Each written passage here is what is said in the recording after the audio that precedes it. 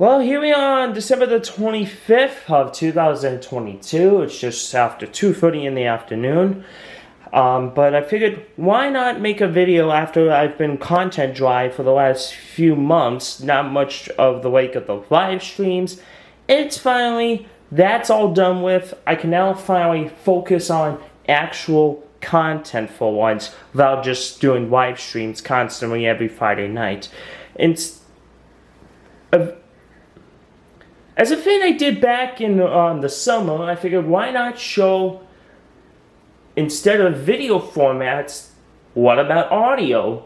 After all, audio is where we got the things for like wheel-to-wheel, CD, and if you're looking for an in-depth look on all the audio formats, this isn't the video for you. I don't have a mini disc, I don't have wheel-to-wheel, and lastly but not least, I don't have any of that. But I will show you the most popular formats that have been used over the years. We will start with none other than what came out in the late 40s, the LP record. This is MGMT's Albocare Spectacular from 2008, although if you look very clearly on here, this is a 2014 reissue, although the camera won't pick it up. And if you're wondering how the vinyl street, folks, there it is. However, for most songs, if it was a single, they would be put on these. This is a 45 RPM, and if you're wondering what the album is, there it is. Now, song specifically. West End Girls on the A side, and on the B side, A Man Could Get Arrested.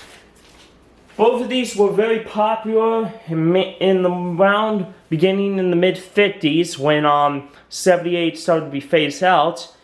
Stereo LPs first came along in the late 50s before phasing out mono completely here in the States by 1968. Although some mono discs were, I think, still pressed until the mid-70s. Although by 1970, every new album made was in stereo only. No mono mix unless you went to some third world country. By the 80s, it was getting outdated by one of these. Yep, this is a CD. Not sure even what this band is, but it used to be my mom's.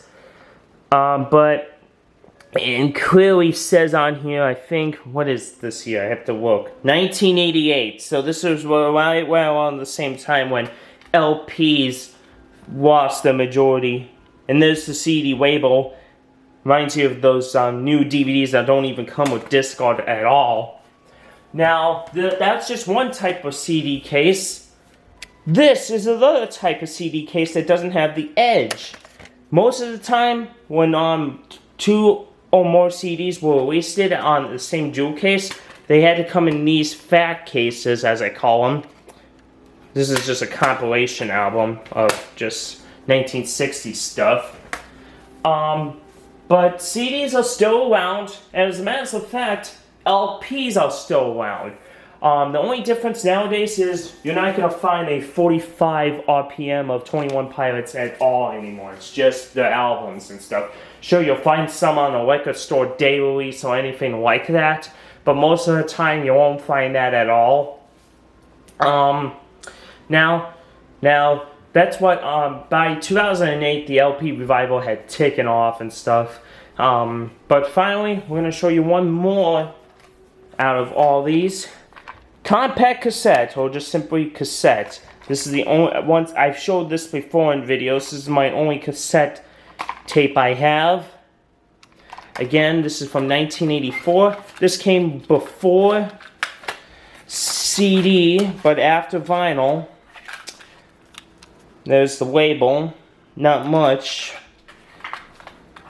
There was also a thing coming after this that was known as digital compact cassette, but of course that never really took off here in the States. Mini disc, meanwhile, here in the States didn't take off, I think. It did in some European countries and Japan, but most of the time, this has been what we've gotten here in the States. CD, vinyl, cassette, and a few other formats. And now there's the likes of Spotify, streaming, and stuff like that nowadays.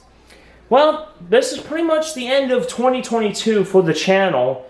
I figured why not talk about 2023 in a bit. Well, 2023, I hope in the long run is more better content for the channel. I mean, I try to post much content as much as I can, and I hope in the long run, 2023 is a much better year. Anyways, here it is. Just after almost 3 o'clock, but that's a very nerdy history of audio formats, basically.